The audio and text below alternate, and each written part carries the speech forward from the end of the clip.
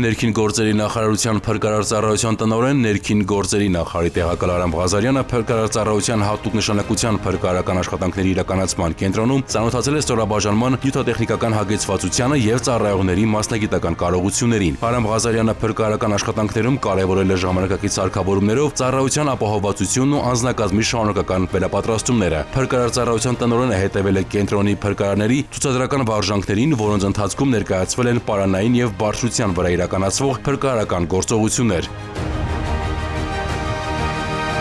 Հետախույզ կինոլոգիական ջոկատի ծառայողները հատուկ վարժեցված շների մասնակցությամբ ցուցադրել են որոնողափրկարարական աշխատանքներ։ Ըստ սցենարի շները հայտնաբերել են փլատակների տակ մնացած մարդկանց ու պայթուցիկ նյութեր։ Արամ Ղազարյանը ծանոթացել է նաև նոր կինոլոգիական կենտրոնի կառուցման նախագծին։ Այցի ավարտին անցկացվել է խորհրդակցություն, որի ընթացքում քննարկվել են ընթացիկ խնդիրներն ու առաջնահերթությունները։ Արամ Ղազարյանը բարձր գնահատելով անձնակազմի մասնագիտական հմտությունները հանձնարարել է պահպանել ծառայողական կարգապահությունը եւ շարունակաբար բարձրացնել ծառայողների մասնագիտական պատրաստվածության մակարդակը, ապահովելով արտակարգ իրավիճակներին արագ ու արդյունավետ արձագանքելու կարողություն։ Ավազակության նախապատրաստման բացահայտման գործը տրամաբանական ավարտին հասավ ապրիլի 3-ին։ Քրեական ոստիկանության գլխավոր եւ Գեղարքունիքի մարզային վարչությունների ծառայողները համագործակցելով Գեղարքունիքի մարզի պարեկների հետ դատարան ներկայացնելու համար հայտնաբերեցին ու ձերբակալեցին Սևան քաղաքի բնակիչներ 33 եւ 38 տարեկան տղամարդկանց։ Կանխվեց ծանր հանցագործություն։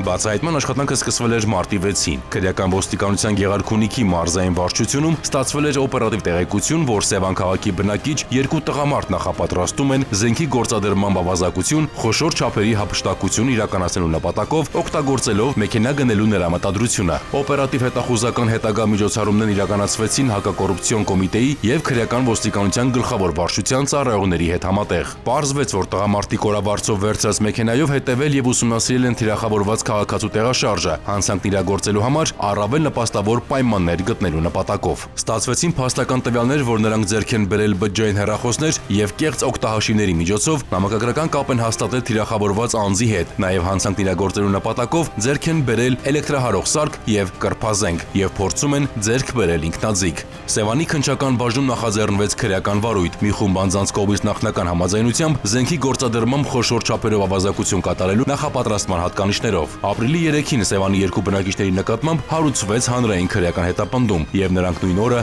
ձերբակալվեցին։ Երկուսն էլ կալանավորվել են։ Նախաքննությունը շարունակվում է։ Ձեռնարկվում են միջոցներ բոլոր հանգամանքները պարզելու ուղղությամբ։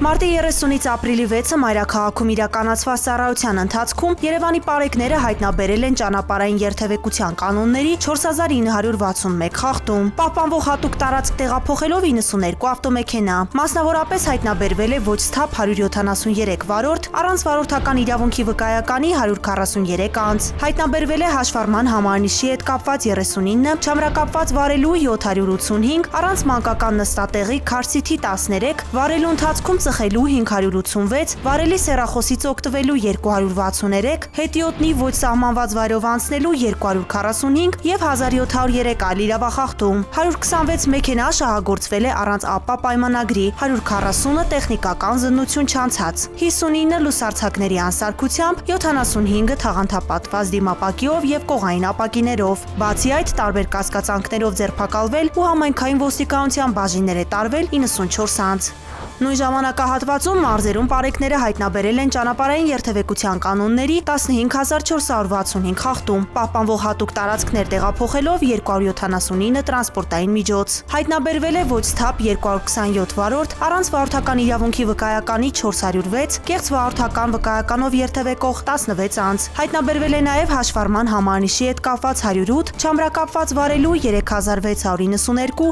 առանց մանկական նստատեղի քարսիթի 241, վարելու ընթացքում ծխելու 661, վարելի սեռախոսից օգտվելու 852, հետիոտնի ոչ սահմանված վայրով անցնելու 176, արագության գերազանցման 2812 եւ 5228 այլ իրավախախտում։ 346 ավտոմեքենա շահագործվել է առանց ԱՊԱ պայմանագրի, 905-ը տեխնիկական զննություն չանցած, 433-ը լուսարձակների անսարքությամբ, 181-ը թաղանթապատված դիմապակիով եւ կողային ապակիներով, 16 վարորդ տուգանվել է վարելիս նվագարկչի ստանդարտին չհամապատասխանող լրացուցիչ ուժեղացուցիչներ օգտագործելու համար։ Բացի այդ, տարբեր կասկածանքով ձերբակալվել ու համայնքային ոստիկանության տարածքային բաժիններ է տարվել 37 անձ։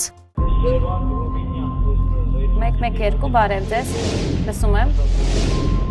112 լսում եմ ձեզ։ Քաղաքը նշեք։ Բարի շնորհակալություն, ընդունած եմ։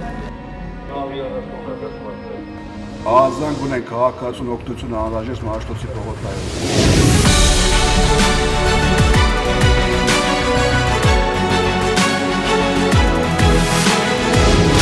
112 մեկ զանգ արագ արձագանք։ Կառավարությունն իրազեկում է։ Կասկածելի անձանց եւ կազմակերպությունների միջոցով մի ստացեք եւ մի փոխանցեք դրամական միջոցներ։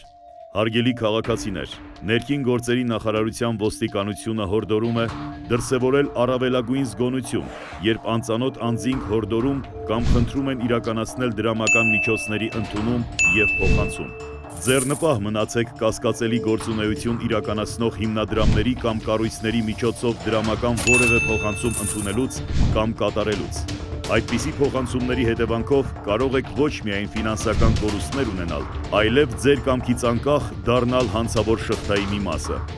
Եղեք զգոն եւ չեք դառնա զեղծարարության զոհ։